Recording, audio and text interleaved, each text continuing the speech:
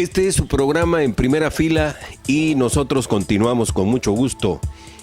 Ahora bien, vamos a presentarles una entrevista que tuvimos a bien realizar y tuvieron a bien realizar nuestras colaboradoras, pero no sin antes informarles cuál es el tema que se trató en esta interesante entrevista. Se habló sobre la conservación de la agricultura, el rescate de la agricultura, mejor dicho. La distinguida dama Ana María Rodríguez, investigadora de tiempo completo y funge como directiva de conservación internacional de la agricultura con sede en Nueva York. Ella nos habla acerca de lo rico, la riqueza grandiosa que tienen estas tierras, sobre todo en la zona Soconusco-Costa. Es importante que ustedes escuchen y vean con atención todo lo que aquí nos expone esta distinguida señora Ana María Rodríguez. Vamos directamente a la entrevista.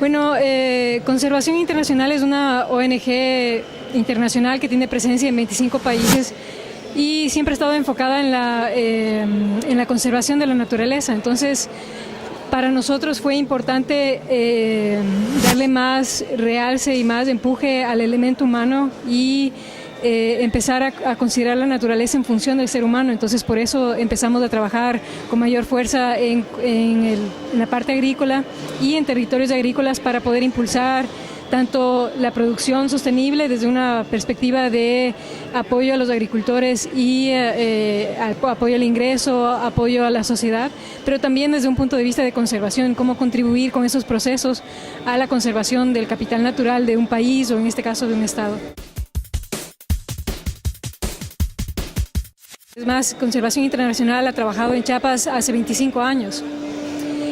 Pero ahora estamos ya trabajando un poco más de cerca también con el sector agrícola. Entonces ya tenemos un proyecto que se llama Ecosechas, que viene trabajando hace 3 años, es un GEF, entonces ha trabajado en coordinación tanto con entidades de gobierno como con otras ONGs con presencia en Chiapas, y la propuesta es buscar el balance entre la producción sostenible y la conservación de la naturaleza, pero una conservación de la naturaleza entendida desde los servicios ecosistémicos, desde la producción de bienestar para el ser humano y, como digo, de servicios ecosistémicos que pueden ser agua, que pueden ser fertilidad de suelo, que para la agricultura es importante también polinización. México es sumamente importante en cuanto a material genético y a variedades silvestres de cultivos muy importantes como maíz. Entonces, la propuesta nuestra es hacer las dos cosas y combinarlo y demostrar que se puede combinar, que lo uno no está en contraposición de lo otro, que conservar no quiere decir impedir totalmente el uso de esos recursos y que producir no quiere decir devastar la naturaleza. Fui a visitar fincas de café y de cacao, pero obviamente son fincas que son de pequeños agricultores, entonces su extensión es como de 1 hectárea o algo así, entonces tienen diversificación dentro de su estructura de la finca, entonces, y obviamente café y cacao siempre se hacen bajo sombra, entonces eso ayuda a que se diversifique la finca y tienen otros cultivos, tanto maderables, frutales, entreverados en la producción de café y cacao. De lo que yo vi, la salud está bastante bien. En cacao están teniendo mucho problema con Molnilia, que es un hongo.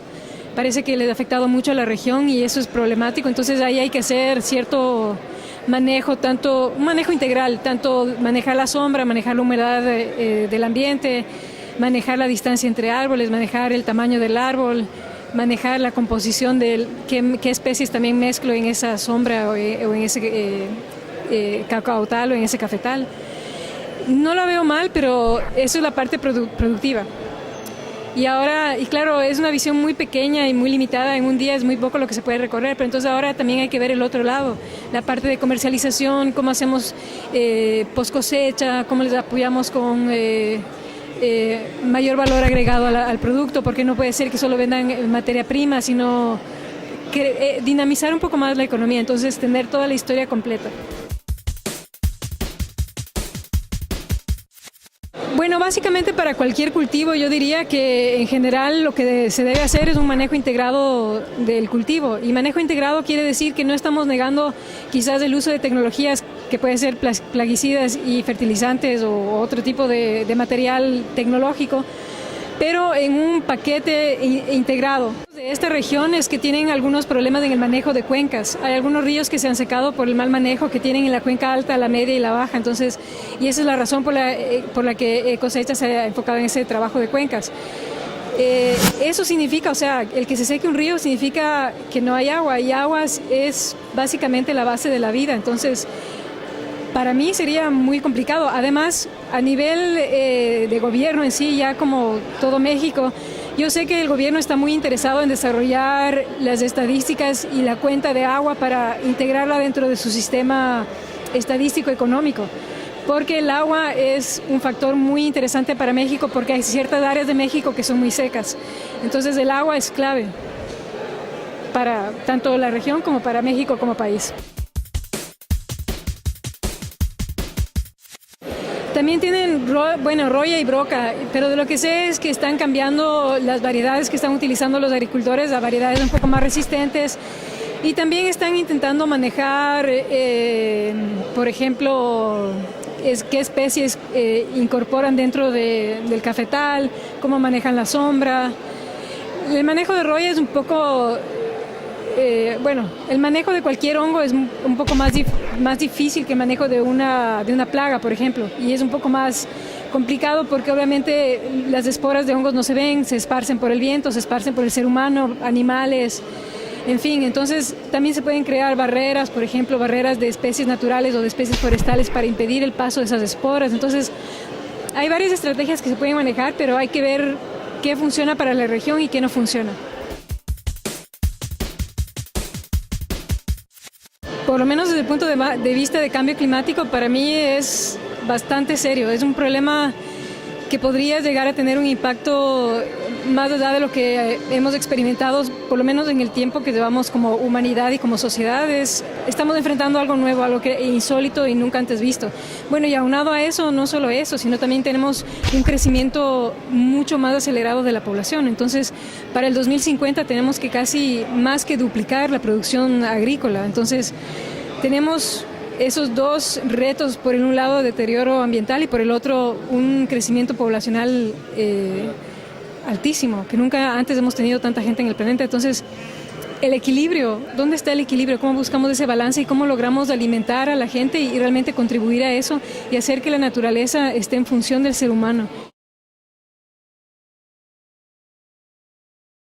Bueno, obviamente el deterioro ecológico y de la naturaleza no es solamente algo exclusivo de Chiapas, es a nivel mundial. Entonces, a nivel mundial es algo muy serio. Ya sobrepasamos los 400 partes por millón de concentración de CO2 en el ambiente, entonces en la atmósfera. Y eso indica que vamos hacia un proceso que puede ser de degradación de la naturaleza más acelerado. Y realmente, en ciertas circunstancias han hecho un gran trabajo los agricultores en mantener su legado histórico y su naturaleza, y mantener sus formas de cultivo tradicional. Entonces, tan grave no lo veo, pero de todas maneras hay que seguir trabajando en ese esfuerzo para que no se deteriore y no llegue a casos donde hay, por ejemplo, ríos que ya no llegan al mar porque se secó el caudal o porque tenemos demasiada sedimentación en el río y perdemos los suelos. O sea, hay que seguir. No creo que Chiapas esté en una situación extrema. Bueno, yo creo que en general el mayor problema que tenemos, sobre todo en Latinoamérica y Sudamérica, es que la agricultura o el sector agrícola ha sido un sector abandonado, que se le ve como un sector donde no hay desarrollo, donde no hay tecnología, entonces básicamente no hay mucha inversión del Estado y del gobierno en apoyar a los productores. Y el apoyo no llega a los pequeños productores, sino siempre está enfocado y concentrado en los productores más grandes, los agroindustriales. Eso es un problema porque en general quien produce el alimento que se consume localmente dentro de un país generalmente proviene de los pequeños agricultores. Eso por un lado. Además que la agricultura tiene mucha capacidad para generar trabajo, para reducir pobreza. Entonces es un sector estratégico pero abandonado al mismo tiempo. Y también existe esta dicotomía que es, si es que tengo que hacer agricultura no puedo tener conservación y tengo que tumbarme el bosque. Esto no es así. Entonces hay que entender que puede haber un balance y eso es lo que queremos demostrar, que existe un balance y que no son antagónicos, los esfuerzos de conservación no son antagónicos con la producción agrícola, sino que deberían estar siendo vistos como algo conjunto, que van de la mano. Pues nada, que muchas gracias por la invitación, que me gusta mucho México y que es mi primera vez aquí y que realmente me siento muy bien y me siento como si estuviera en casa porque no hay mucha diferencia culturalmente entre nuestros pueblos y eso es lo interesante y lo bonito de poder compartir experiencias de Latinoamérica y Sudamérica y traerlas hacia acá.